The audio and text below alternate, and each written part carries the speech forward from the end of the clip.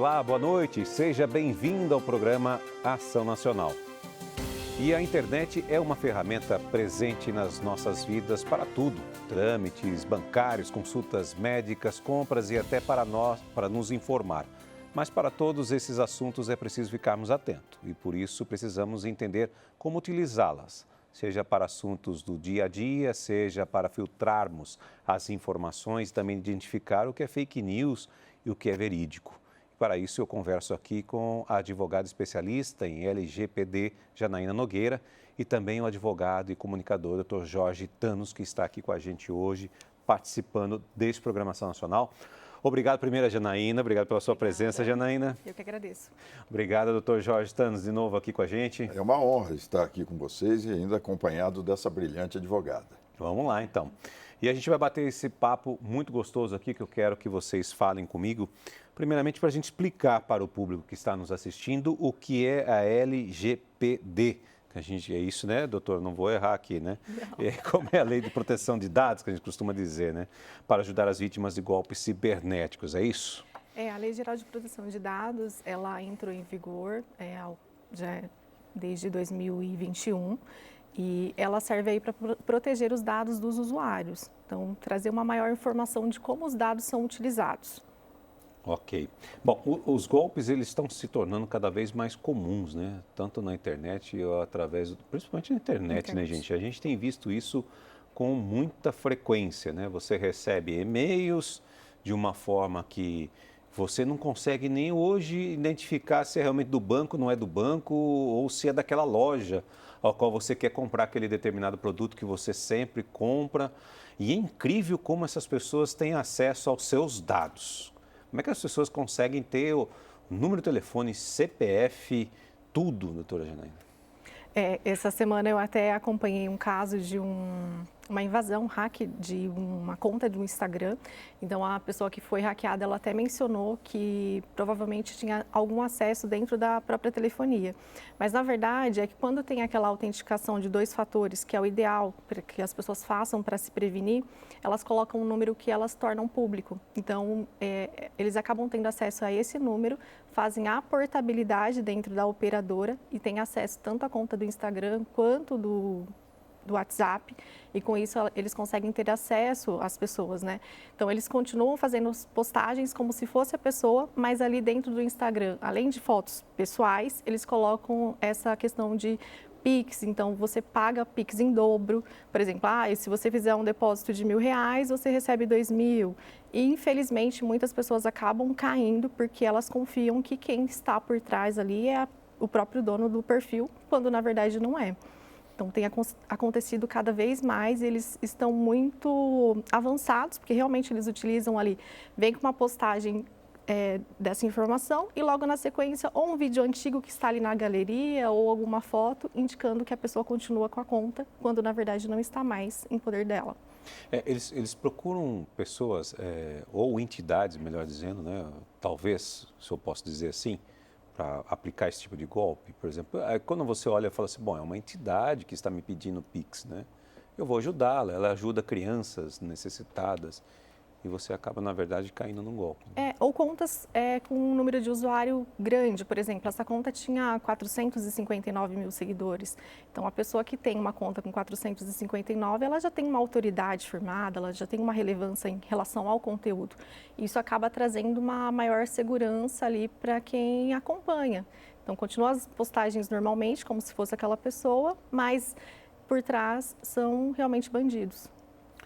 Bom, doutor Thanos também tem um trabalho nas redes sociais, né, Thanos? O senhor tem um canal, né, no YouTube, enfim. É verdade. Trabalha bastante com essa ferramenta, né? O senhor já foi vítima disso?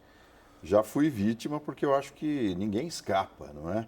Porque num determinado momento, por descuidado, você acaba apertando uma tecla errada, um botão, dando um aceite num cookie que não deveria dar. Então, você tem o WhatsApp, você às vezes recebe informações pelo Zap. Quer dizer, a bandidagem, ela continua a mesma, viu, Júnior? Só está mudando só o perfil, o marginal é marginal. Só que a tecnologia, ela vem facilitando alguns aspectos para o criminoso, porque ele continua sendo estelionatário, ele vai furtar, ele quer o seu dinheiro, ele quer o seu cartão. Eu me lembro, algum tempo atrás, acho que hoje ainda deve continuar, nós íamos na Praça da Sé e pessoas vendiam CDs com documentos, inclusive de desembargadores do Tribunal de Justiça, CPFs de pessoas influentes, autoridades e tal. Então, essa coisa do crime com a internet, eu acho que a Lei Geral de Proteção de Dados, ela vem dar uma outra roupagem para isso. Não podemos mais ser ingênuos. Eu acho que a ingenuidade o bandido gosta, não é, doutora? Com certeza. Bom, e quais são os principais alvos desses golpes cibernéticos, doutora, que geralmente eles procuram aí ir para cima mesmo?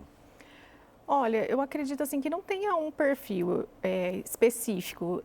O que eu tenho identificado assim é que eles pegam listas mesmo e vão tentando. E aí os que têm alguma margem ali de falta de segurança acabam caindo. É até importante falar que não é 100% seguro, né? Nós até mencionamos outro dia que não tem um ambiente 100% seguro. Então, às vezes é um e-mail realmente que a pessoa recebe, ela acredita que é um boleto de algo que ela já costuma pagar, ela clica ali e tem realmente um vírus e aquilo acaba acessando todo o computador ou o celular e dando acesso a isso. Mas também tem essa questão da necessidade de autenticação, tanto do WhatsApp, do Instagram, das redes que ela movimenta ali, né? Mas o principal é não deixar um telefone acessível. O número que você coloca como autentificação não é o número que você deixa ali disponível para qualquer pessoa ter acesso. Nas redes sociais, né? Que as pessoas começam a preencher os dados das redes sociais e colocam tudo. Está dizendo a questão do e-mail, eu ignorava. Quer dizer, o e-mail também é um risco. É um risco, porque você pode receber... Como, doutora? Estou tentando entender isso. Porque o e-mail só tem acesso, por exemplo... Vamos supor, eu tenho um Hotmail. Vamos lá. Entra lá, eu tenho um Hotmail. As pessoas conseguem chegar até o número do meu telefone pelo Hotmail? Não, você pode ter compartilhado alguma forma teu e-mail, então eles te direcionam um e-mail como se fosse uma instituição normal, e aí você abre um link dentro do e-mail ou você clica em algum anexo e isso vem através de vírus. E a partir daí eles acessam todos os seus dados. Recentemente eu recebi de um banco, né, muito conhecido aqui, famoso, né, no Brasil, né, e veio com o meu nome, tudo, os dados perfeitos dos meus dados, CPF correto, tudo correto, né, nome completo, tudo, e dizendo que eu tinha créditos a serem recebidos lá pelo banco e tudo mais, só que daí eu falei, eu não tenho conta nesse banco. Né? Então, já automaticamente vi que clicar no link acima para você ver quantas pontuações você tinha e tudo mais, falei, isso aqui realmente é um golpe de primeira. Desculpa, eu não sei se a doutora concorda comigo, mas essa situação interativa com a vítima, eu acho que é importante, não é? Eles esperam a interatividade da vítima, né? Ela vai reagir, ela vai abrir, ela vai querer saber do que se trata e a curiosidade, ela é fatal, isso. Né? Muitos dos golpes, eles acabam tendo a própria participação da vítima mesmo, né? Por exemplo, tem a questão de boletos falsos, então tem provavelmente o compartilhamento de algum dado, mas ali você clica, você não identifica, por exemplo, às vezes o banco, vamos supor que é o Itaú, que você costuma receber teu boleto, então começa com o código 341, só que o boleto falso ele não vem com esse início, porque ele normalmente ele é feito por uma conta de um banco digital. Então, tem informações ali que você consegue identificar se você observar. Então, também tem que a vítima, né, as pessoas, elas têm que ter essa prática de conferir realmente. E como você falou, Júnior, eu não tenho conta nesse banco, então por que eu estou recebendo algo desse banco? Então, eu não vou clicar porque é algo suspeito. Sim. Olha, gente, a repórter Natália Lima conversou com uma vítima de golpe de Pix, que luta até hoje na justiça para restituir R$27 mil que foram roubados de sua conta em 2021. A reportagem ainda ouviu uma pessoa que não confia mais na segurança do Pix. Vamos conferir. Lançado em novembro de 2020, logo o Pix passou a fazer parte da rotina dos usuários. Só no primeiro semestre de 2022 foram realizadas 8 bilhões de transferências via Pix. Mas ao mesmo tempo que essa modalidade cresceu entre as pessoas, os golpes também aumentaram. Nesse mesmo período, cresceu 1.200% as tentativas de golpes. Em 2021, Jaxele Ventura foi mais uma vítima do golpe do Pix. Na época, por ter endometriose e sofrer com muitas dores, ela estava promovendo rifas para arrecadar dinheiro para fazer uma cirurgia. A fim de ajudá-la, o cunhado criou uma chave Pix para facilitar o recebimento das rifas. Meu celular travou coisa de 2 minutos. Aí eu vi lá a retirada de 4 mil, eu até pensei e falei, nossa, alguém fez um Pix alto para mim. Aí eu cheguei na minha conta, eu abri, o celular estava bloqueado, eu não conseguia abrir nada. Aí esperou 10 minutos mais ou menos, aí eu iniciei ele, eu liguei, aí quando eu abri na minha conta, estava zerada a conta, tinha limpado. Ao todo, foram 6 Pix, no valor médio de R$ 4.500 cada, totalizando um prejuízo de mais de R$ 27 mil. Mesmo após ter notificado a instituição bancária e o Banco Central, Jaxele luta na justiça há quase 2 anos para conseguir a restituição do dinheiro perdido. Coloquei na mão da advogada para ver o que acontece, porque eu não vou perder, né? Quase 30 mil reais. É por esse e outros casos do golpe do Pix que a Dilmária da Silva não confia na ferramenta de transferência. Com 2 anos de modalidade, ela não usa o Pix. De forma como estão os golpes em todas as plataformas, o Pix eu acho que é uma facilidade. Hoje você anda na rua, todo mundo é Pix. Será que é confiável mesmo? Eu não confio. Eu sou a moda antiga ainda. Eu sou daquele tipo de vir na minha... estou devendo para você, eu vou lá, entrego o dinheiro pessoalmente. Eu não fui vítima de algum golpe, mas eu conheço pessoas que foram vítimas de golpes. Falou assim que foi enviado o Pix, aí no final da conta, quando for conferir, não tinha Pix nenhum. Falei, então, é confiável? Eu não confio. Bom, tá aí, pessoal. Alguns já nem confiam mais no sistema de Pix, né? Conforme a moça aí mostrou, 27 mil reais que ela foi vítima, né? Essa lei, ela não protege isso, gente? Ela não protege também ele nessa situação, o cliente ou a pessoa que sofreu esse tipo de golpe? Até que ponto a lei protege? Então, mas a questão aqui é que, por exemplo, ela mesma criou uma chave e provavelmente deve ter sido o número de telefone, então ela mesma tornou público essa informação, esse dado pessoal. E aí ela fala, né, que ela teve essa questão de baixa dos valores na conta. Então, possivelmente tenha tido até uma questão de portabilidade, ela não explica bem ali na reportagem, mas pode ser que com a portabilidade do número eles tenham conseguido acessar ali mais informações a respeito de contas bancárias e aí conseguia acessar essa informação. Mas ela tornou público aquele número, mas a lei ela traz uma previsão no sentido assim, de você não pode tornar público, se você torna público isso não está garantido, mas também tem a questão de que se alguém tornar público, você pode ser indenizado por isso. Ok. Mas não tem que ter a participação. É a proteção dos seus dados mesmo, né? No caso aí o banco não poderia liberar os dados dela. Né? Sim. Mas nesse caso ela liberou, né? Na verdade ela tornou público provavelmente o telefone, né? Que deve ser a chave Pix dela. E aí através dessa chave Pix eles conseguiram ou hackear o próprio telefone dela ou mesmo fazer uma portabilidade do número, que ela não explica muito bem como aconteceu. Mas aí com acesso ao celular, com o hackeamento do celular, possivelmente tinha internet bank, alguma coisa ali, né, banco, e aí eles conseguiram acesso através dessas informações. Thanos, os bancos podem ser responsabilizados por isso, não? Porque ela está lutando faz... Hoje, a conta bancária, ela implica em responsabilidade objetiva do banco, porque ele investe em segurança, Júnior. Então, quantos milhões não são gastos para você ter lá aqueles códigos rolando em senhas, mais letras, mas não sei o quê. Coloca isso, letra maiúscula, minúscula e tal.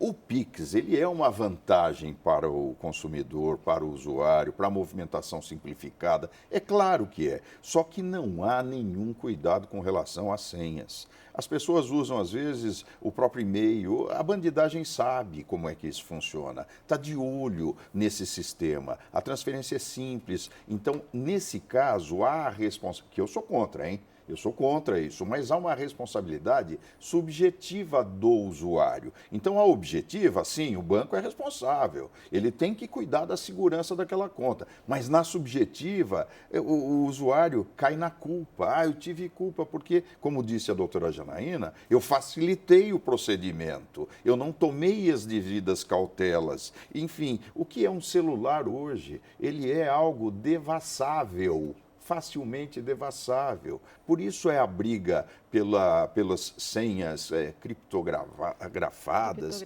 não é isso? Então, eu não sou um expert, mas eu conheço a teoria e a responsabilidade. E ali a responsabilidade, ela é, no meu ponto de vista, de forma equivocada, errada, errônea, jogada nas mãos do usuário. Olha, você se vira aí, a segurança é sua. Se você não tiver uma senha, se você não cuidar, nós não temos nada com isso. Mas, para mim, a responsabilidade continua. Porque, vamos cair na real, né? Uma senhora que tem seus 70 anos e cai numa situação como eu já vi acontecer, a pessoa ligar para ela e, né, uma aposentada e ligar e no desespero, ó, você está sendo agora, neste momento, o banco, estou em nome do banco aqui e tal, e é tudo perfeito, fala todos os dados da pessoa, a pessoa entra em desespero, estão fazendo Pix na sua conta, estou vendo aqui, estão sacando, a senhora está autorizando, né?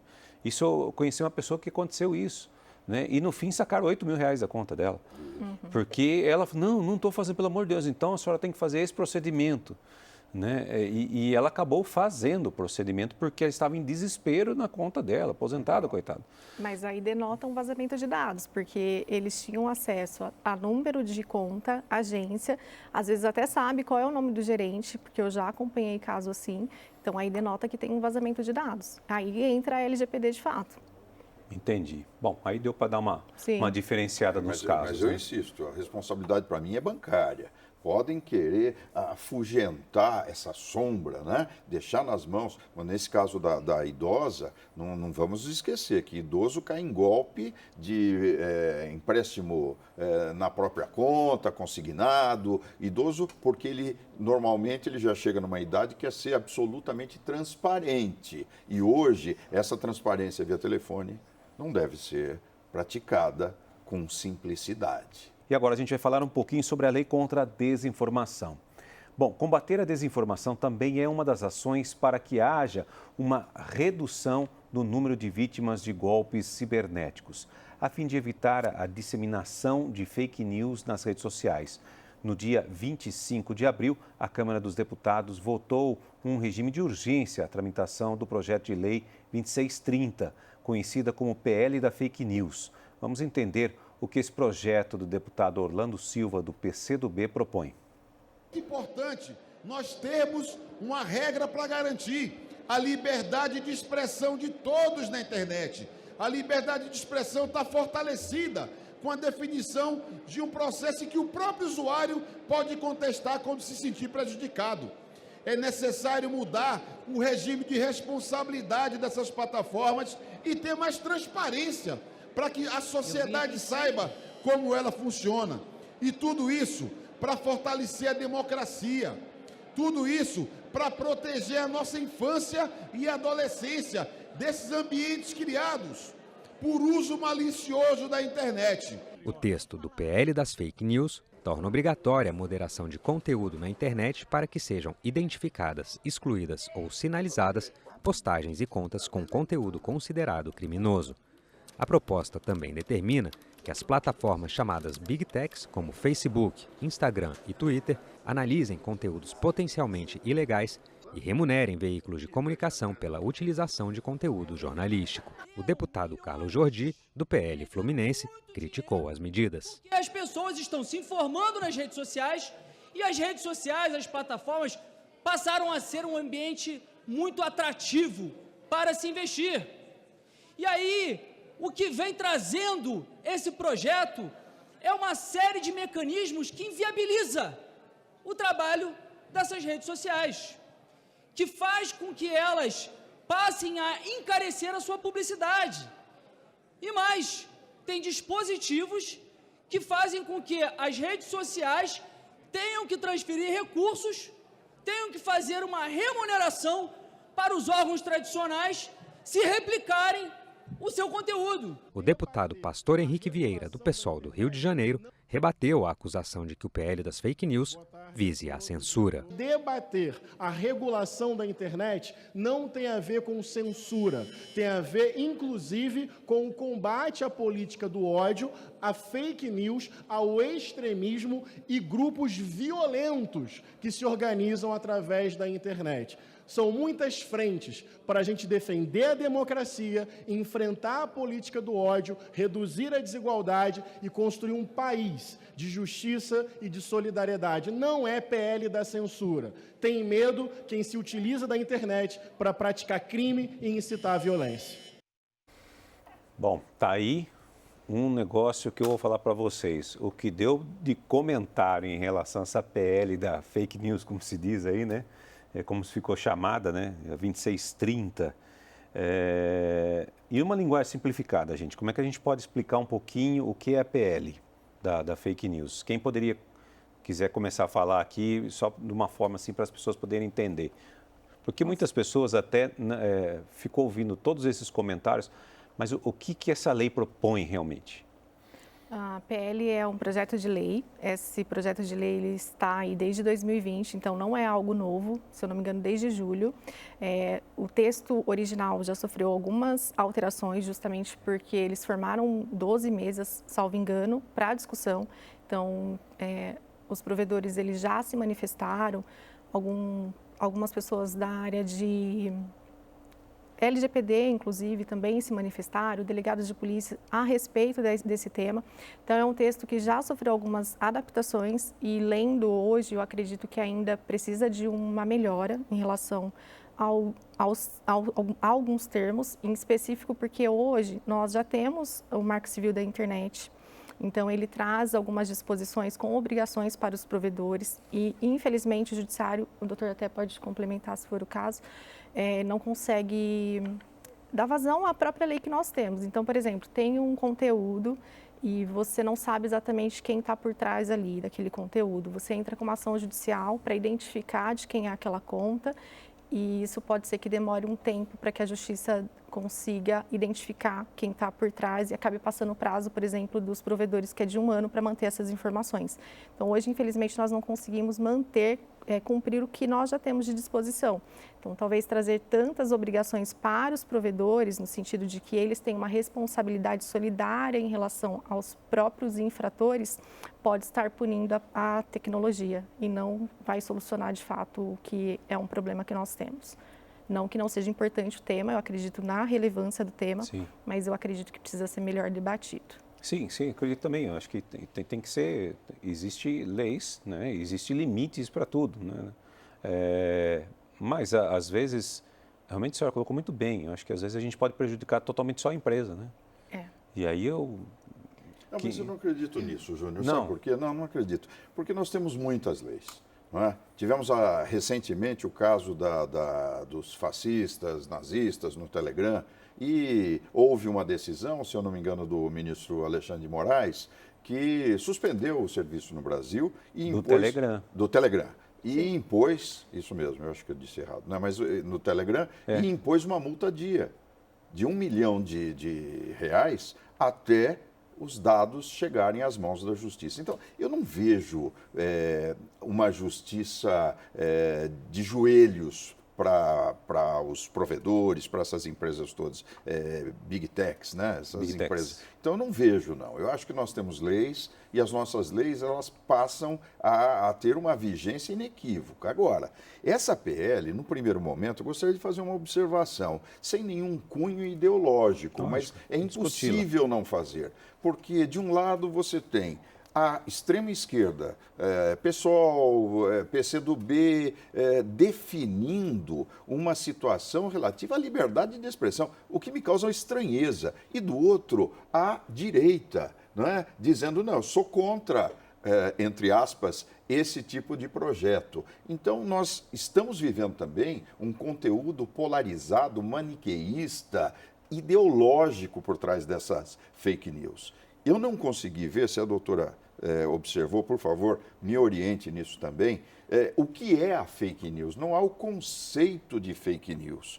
Porque falar simplesmente, olha, vamos divulgar o ódio, divulgar isso, divulgar aquilo, é algo muito abstrato, abrangente. Então, temos que saber o que é a fake news. É a mentira? Então, nós vamos acabar com a mentira? Na tradução, é notícias falsas? Notícias falsas, mas a notícia falsa é mentira? Ou é uma conjectura? Então, qual a diferença de verdade, mentira e conjectura? A conjectura é uma hipótese. Eu não vou poder nem falar em termos hipotéticos sobre temas na internet, porque eu cairia no risco de estar mentindo. Eu acho que esse projeto precisa ser repensado. E, em nenhum momento, no meu ponto de vista, a justiça estará à mercê dos bandidos. Não. A justiça brasileira, ela tem força, ela tem poder para suspender, como foi feito recentemente. Não preciso dar outros exemplos, né? Esse do Telegram é claro, nem tem sede no Brasil, Telegram, e teve o serviço suspenso com imposição de multa até a entrega dos documentos requeridos pela Justiça. É uma coisa que o doutor falou e realmente o PL não traz, é uma definição do que seria essa desinformação, que seria o fake news, e isso traz, assim, principalmente para nós do direito, que tudo talvez, depende. Hoje nós estamos no governo, daqui 4 anos pode ser tudo, outro, então qual que vai ser o conceito daqui 4 anos? O conceito hoje pode ser um, daqui 4 anos outro, e acredito que não traz uma segurança jurídica, então por isso tem um risco muito grande de ser aprovado nos termos que contém hoje. Vivemos um momento muito complexo difícil. Para uma lei. Uma coisa é certa, viu, Júnior? Uma coisa é certa. É verdade, né? O governo perdeu nessa votação que não ocorreu. Então, esse projeto tem que ser revisto. E já desceu do Senado, já era para ser votado e a partir daí vai para a presidência, vai ter vigência, urgência e tudo mais. Né? Então, o Arthur Lira até mencionou, né, que ele só colocaria para votação se tivesse chance de aprovação. Se não tivesse, ele não colocaria. E tanto que na terça-feira ele não colocou, justamente porque teve o Google também fez um patrocinado alertando sobre os riscos dessa PL. Então, trouxe uma questão que a própria população começou a cobrar os seus candidatos, ali, seus deputados, a respeito desse tema. Eu queria deixar uma pergunta aqui, vamos ver se o Thanos me ajuda. Como a desinformação pode afetar a reputação de pessoas, organizações e empresas nas redes sociais? Sendo que a gente estava falando um pouquinho, né, mais ou menos nessa linha, no bloco anterior. Como ela pode afetar? De maneira direta, imediata. A desinformação acaba com reputações. Isso já há muito tempo, né? Só que nos jornais, você lembra, dava uma notícia falsa contra alguém, imputando algum fato típico a uma pessoa, e depois vinha lá no rodapé, no calhauzinho, né? No dia seguinte. Lá, no dia seguinte, não é verdade, nós equivocamos, erramos e tal. Então, hoje com a internet não dá nem tempo, você não consegue recuperar a sua reputação. Não dá, ela é poderosa. Você chega num grupo hoje, o grupo destrói pessoas. Não é? Essas redes sociais todas, elas são redes de extermínio de reputações. E é irreversível, Júnior. É irreversível. Então, nós temos que tomar muito cuidado. Nesse sentido, a legislação precisa ser pontual, precisa estar focada, porque não dá para voltar, não é?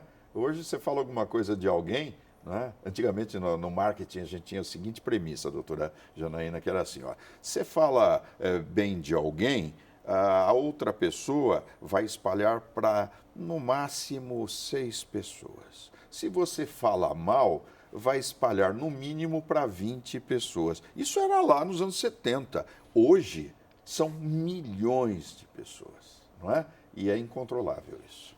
É difícil mesmo de controlar, né? E essa é uma questão até interessante, porque assim, muitas vezes você identifica um conteúdo, pede para a plataforma retirar, ela não retira, e aí você tem que entrar com uma ação judicial, fazer um pedido liminar, justificar o porquê que você precisa que aquele conteúdo seja removido, aí a empresa vai ser citada, e aí ela tem um prazo de até, salvo engano, 48 horas para cumprir, e se não cumprir, aí que ela é penalizada. O PL traz de forma diferente, ele traz assim, olha, você recebeu uma notificação, você precisa retirar.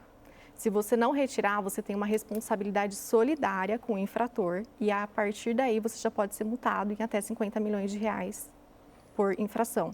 Então, ela já traz uma obrigação da própria plataforma fazer essa moderação do conteúdo, retirar e dar prazo também para o usuário para que ele apresente um recurso dizendo, não foi certo o que você fez, eu tenho direito aqui, e aí ela também tem que julgar. Então, transfere para os provedores uma justiça, como se eles fossem um judiciário. Então, eles precisam se manifestar ali de forma administrativa, uma decisão administrativa, e se o usuário não estiver satisfeito, ele pode recorrer para a justiça. Então, tem algumas questões que precisam... É isso que está dando maior polêmica no país. Porque é o que o doutor Thanos falou aqui. Quem é que fala que é fake news? Exato. O que é fake news? Nós podemos estar debatendo aqui uma coisa que está se comentando. Alguém pode falar, viu, o que eles estão falando ali é fake news. Não, gente, não estou falando. Não, é assim, vamos puni-los. Sim. Como que eu consigo ter um recurso de falar assim, não, judicialmente eu vou falar, não, eu não fiz fake news, não foi isso, eu estou baseado em dados e informações que eu obtenho. Ou eu interpretei fatos. Até diante disso, você acaba com o jornalismo investigativo. Estou falando aqui do meu lado agora como jornalista, né? Você faz jornalismo investigativo, muita gente faz, né? Tem esses trabalhos envolvidos e as pessoas vão baseado em dados que elas estão, informações que estão chegando até ela, de pessoas que estão promovendo a denúncia, né? E aí eu posso ser preso por causa disso. Pode ser preso. Agora, não se esqueça que a vontade, ela é a base da identificação do crime. E aí, nesse caso, o dolo, que é aquela vontade, aquela intenção de se produzir um resultado deletério, negativo, ele estará presente. Por isso que o judiciário é importante, para que apure atos dolosos. Né? Então, isso é fundamental, porque é difícil. Se eu tiver uma tese e quiser externar essa tese pela internet sobre qualquer tema que o valha, sobre matemática, sobre política, sobre história, eu corro o risco hoje, com a aprovação do jeito que a lei se apresenta, de cometer crimes e aí ser punido por isso. E hoje os crimes ideológicos estão no topo da perseguição. Porque qualquer coisa que você se manifestar contra um determinado estado de coisas, você será penalizado, logo passará por mentiroso, por, como é que é? Fake boy. Tá bom assim? Agora fake boy, fake man. Né? Tá bom. Então esse é um problema. E não só uma penalização do usuário, mas da própria plataforma, quando traz essa responsabilidade solidária de pagamento de multa. Porque quando tem a solidária, significa o quê? Tá, a plataforma pagou, mas ela pode entrar com uma ação de regresso contra o usuário que é infrator. Mas a pessoa física vai ter condição de pagar 50 milhões de reais? Imagina. Provavelmente não. E aí o que vai acontecer? A própria plataforma vai precisar regular ali os conteúdos que ela vai liberar ou não. Isso vai ter um controle da própria informação. E vão cobrar onde? E vão cobrar onde, exato. E aí quando traz, por exemplo, dentro da PL, que existe um artigo lá que fala que vai proibir o envio de mensagens em massa. Aí houve uma discussão porque o setor comercial começou a falar, mas nós fazemos muito isso, marketing, vendas, varejo, fazemos muito isso. Aí alterou o texto para falar, não, então o pessoal do comércio pode fazer o direcionamento em massa de mensagens, desde que assine um termo dizendo que não vai ter fins políticos, que não vai desvirtuar ali aquela intenção. Mas existe lei que proíbe esse tipo de ação. Mas, Júnior, você está esquecendo das malas diretas? Chegava no correio e imprimia selos em malas diretas para mandar. Era assim quando artesanal o processo, não é? Hoje também é, apesar do Código do Consumidor. Não é? Então, você tem um problema aí que é o interesse do indivíduo em receber mensagens. Hoje, a nossa intimidade é devassada 24 horas. Tentaram regular aí essa questão do telefone comercial, né? Empresas vendendo coisa, você está com uma plataforma, daí vem outra oferecendo que é melhor a outra, portabilidade de número, isso e aquilo. Isso não para apesar da legislação, não para. Se tiver uma cobrança, por exemplo, eles vão te colocar naquele algoritmo, não é, doutora? Sim. E isso vai funcionar intensamente 24 horas por dia. Então, como regular as coisas? Se o que nós temos regulado hoje não funciona. Não funciona. Exatamente. Essa que é a grande preocupação, porque nós temos leis, tanto para tratar sobre a questão de injúria, difamação, que ocorre dentro da internet, calúnia, como também o Código de Defesa do Consumidor, que fala lá que, né, as propagandas elas precisam ser identificadas, e aí traz essa questão da PL também como patrocínio. Então, hoje, pela PL, o texto da PL fala assim, que patrocinados, você vai ter que identificar quem é o pagador e quanto você investiu naquilo para patrocinar e qual o perfil que você buscou. Então, isso traz até uma questão de segredo do negócio, porque o meu concorrente precisa saber quanto que eu estou investindo, qual é o meu público que eu estou ali identificando que eu quero direcionar minha propaganda. Então, isso traz algumas questões que prejudicam até o próprio negócio. A questão da PL 2630, ela acabou não entrando em votação a próprio pedido do deputado Orlando Silva, do PCdoB, que ele mesmo que propôs e no fim ele pediu para retirar, né, acatado aí pelo Lira, né, o presidente da Câmara, que falou, então vamos parar. Porque se chegou a esse ponto do próprio autor chegar, o momento e falar assim, não, vamos parar com isso aqui, porque eu acho que deu tanta complicação ali, que acho que chegou um momento que falou, não, preciso parar, porque não adianta ir para frente, que precisa regulamentar muito mais coisas aqui, né? Orlando Silva, ele é um deputado experiente. Ele está há muitos anos na Câmara. Foi secretário de esporte? Não, ministro do esporte. Foi né? ministro do esporte. Enfim, ele não é amador politicamente. E ele viu que não ia ser aprovado, isso ia ser arquivado. O próprio Arthur Lira, porque nós temos que entender que a Câmara, ela é uma entidade negocial. Então, não foi negociado o suficiente para que para esse projeto ser aprovado. Então, seria um fracasso, seria algo assim terrível para o próprio governo, que não tem quase nada, acho que não tem nada aprovado, não é? Você imagina, se ele perde aqui, como ficará o arcabouço fiscal que vem? Então, ele tem que ter a negociação, saber quem são os votos. Não se entra de alegre numa votação dessa. Com certeza. Bom, a gente viu, gente, que o projeto de lei exige principalmente das Big Techs, como YouTube, Facebook e Google, uma maior regulamentação do combate das notícias falsas. Mas essas plataformas não receberam positivamente a PL da fake news também. Vamos ver. As medidas foram tomadas após o Google exibir em sua página inicial um link com posicionamento contrário ao projeto de lei 2630, chamado de PL das fake news. A decisão cautelar determina a retirada desse link do ar, a classificação de publicidade para novos conteúdos editoriais próprios da empresa, o impedimento de manipulação de algoritmos de forma que prejudique conteúdos com posicionamento contrário ao manifestado pelo Google. Caso não cumpra a determinação após ser notificado, o Google será penalizado pela Senacom com multa de R$1 milhão por hora. Como essas empresas dizem que não são empresas de comunicação, elas não podem fazer editorial. Se não é editorial, é publicidade. A Secretaria Nacional do Consumidor considerou que isso é uma publicidade enganosa ou abusiva. E está impondo a obrigação de contrapropaganda, que está no Código de Defesa do Consumidor. Então, assim como eles veicularam clandestinamente uma publicidade contra, eles agora vão ser obrigados a veicular no mesmo lugar uma publicidade a favor. O projeto de lei 2630 cria regras para criminalizar a divulgação de conteúdo falso e responsabilizar as redes por irregularidades cometidas em seus ambientes virtuais. Segundo o ministro Flávio Dino, o governo está tentando impedir uma censura clandestina ao debate sobre o projeto de lei que tramita na Câmara desde 2020. Antes da decisão da Senacom, o Ministério Público Federal já havia cobrado esclarecimentos do Google sobre a campanha da gigante da tecnologia contra o PL. Após o anúncio das medidas impostas pela Senacom, Flávio Dino disse pelas redes sociais que a página principal do Google retirou o link para o texto contrário à proposta. Durante a coletiva de imprensa, o ministro afirmou ainda que a regulação das plataformas de redes sociais é, além de uma necessidade urgente, uma exigência da Constituição. A regulação é uma exigência do nosso tempo. Nós precisamos acabar com o faroeste digital. Essas empresas querem um faroeste cibernético no Brasil. E este faroeste digital e esse faroeste cibernético mata. Bom, tá aí a grande polêmica. O ministro está falando, Edino, né?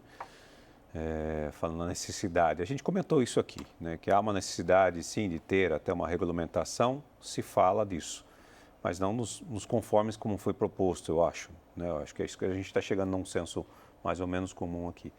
Mas se fala ali, vamos multar, vamos imprimir uma multa no Google, mas o Google não tem sede no Brasil. Eu estou errado ou não?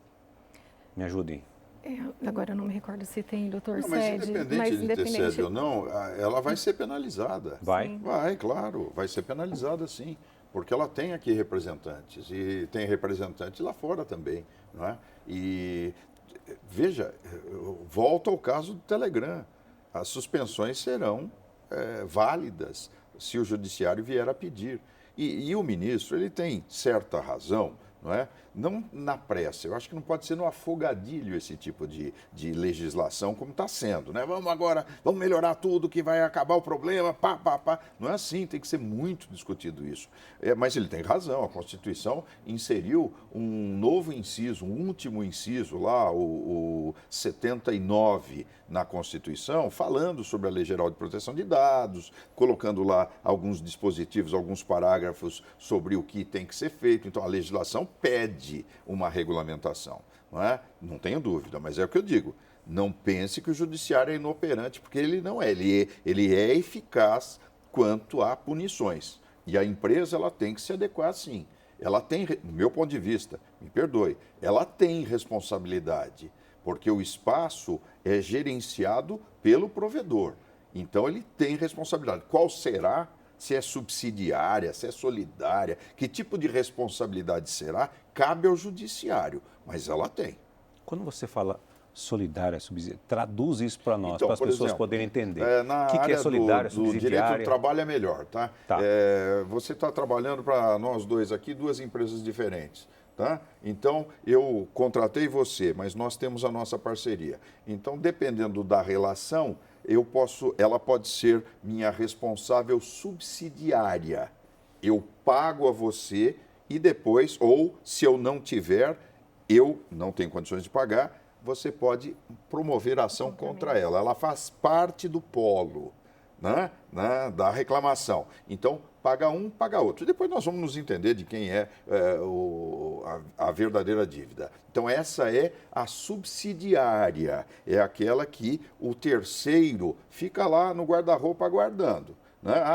O principal não pagou, então ele vem e paga. Na solidária, eu aciono os dois e os dois têm que arcar, não é, com aquela dívida. Parece a mesma coisa, mas não é pela ordem de pagamento. Então, tanto faz acionar um ou acionar o outro. Na subsidiária tem um principal e tem um, vamos chamar assim para ficar claro, um secundário, que também se responsabiliza pelo dano. Doutora? Pela dívida. É isso mesmo. Mas eu acho que é até interessante falar que precisa, em relação a esse tema da fake news, um tema que precisa ser mais difundido é a própria educação mesmo digital, porque o governo ele pode até fazer campanhas educando mais as pessoas em relação a esse tema. Até ele comentou ali, né? O direito, primeiro acontece o fato para depois ser direcionado, assim, criar uma lei. Então, realmente precisa de uma regulamentação, mas eu entendo também a posição do Google, porque isso, a forma que está hoje, traz um prejuízo muito grande para as Big Techs, para os provedores. Então, como eles estão sendo afetados, acredito que eles vieram veicular essa notícia dessa forma, no sentido, olha, precisa de uma maior atenção, vamos debater mais o tema. Então, eu também acho que, por outro lado, vir impondo multas nesse sentido não vai resolver a situação. É mais difundir mesmo o tema, trazer uma educação maior. Elas podem chegar e falar assim, tá, tchau, vou embora do Brasil, acabou. E quem perde? E aí? E a população... Não vai acontecer. Não vai. Eu sei, mas se chegar o momento que se tornar financeiramente inviável, que manda dinheiro, né? Vamos falar bem a verdade. Sim. Se tornar inviável economicamente, eu retiro daqui e acabou. Eu prefiro tomar um prejuízo desses milhões aqui do que ficar pagando o tempo todo indenizações. Mas, Júnior, eu acho que, desculpe, doutora, mas eu acho que eles querem regularizar a situação. É que da maneira como está, ainda há pontos obscuros nessa legislação. Ninguém é contra uma liberdade a ponto de tornar um ambiente absolutamente promíscuo digitalmente falando, não é? Todo mundo quer seriedade, trabalho sério, queremos caminhos corretos. Nós sabemos a crise que o Brasil passa no que tange a ideologia. Mas os provedores têm que auxiliar também. Mas eles já fazem um trabalho, doutor, porque assim, ó, o TikTok, por exemplo, se tem uma criança que está usando ali, eles identificam, eles enviam uma notificação para você comprovar a sua identidade, que se você é maior ou não sendo, eles inativam a conta. O YouTube também, eles retiram muitos vídeos que eles identificam ali. É claro que não tem um trabalho 100%, né? Realmente precisa de uma maior ativação, talvez o próprio usuário entrar em contato ou por meio de ação judicial. Mas eles já fazem algumas moderações. Ok, só para a gente poder, rapidinho, eu gostaria da opinião de vocês. Então, o que a gente poderia fazer para promover uma maior confiabilidade nas mídias e nas redes sociais, que não seja tanta desinformação assim como a gente vê? A opinião de vocês, a gente tem 2 minutos para encerrar o programa. Eu acredito mais nessa parte de educação primeiro, para depois ir debater mais o tema para regulamentar. A educação das pessoas. Isso. É a única maneira, desculpe, mas é a pessoa entender a ferramenta, saber que aquilo é um reflexo da cultura, da sociedade, não é? E usar com parcimônia, com respeito ao próximo. Educação, como disse a doutora Janaína, é a base do sucesso nesse segmento. Com certeza. Bom, para a gente finalizar aqui, eu queria agradecer a participação de ambos e suas considerações finais, doutora Janaína, que a gente pudesse encerrar aqui. Na verdade, eu só queria acrescentar que, por mais que as pessoas acreditem que às vezes você não vai ser identificado, porque você tem uma conta ali, usa um pseudônimo, mas na verdade dá para identificar, então dá para rastrear as pessoas na internet e saber que tem essa responsabilidade é importante. Obrigado, doutora. Obrigada. Thanos. Eu quero agradecer imensamente, eu estou muito honrado de fazer parte desta mesa, dessa banca, deste verdadeiro portal da cidadania, que é esse programa. E se eu puder divulgar o meu fica Spotify, à vontade. Você entra lá que você vai conferir as minhas crônicas no E Tenho Dito Palavra de Honra. E nós temos lá as crônicas que são veiculadas hoje pelas empresas de rádio, enfim, um trabalho que nós fazemos, fazendo críticas também a esse tipo de tema. Ok, muito obrigado. Obrigado, doutora. Obrigado, Thanos. Valeu por estar aqui com a gente, batendo esse papo maravilhoso. Foi muito bom, gente, esclarecedor. Para mim, tirou bastante dúvidas também, para poder entender um pouquinho sobre tudo que está acontecendo aí no mundo afora, a gente trazendo aqui para debater com você. E até a semana que vem, se Deus quiser. Até lá.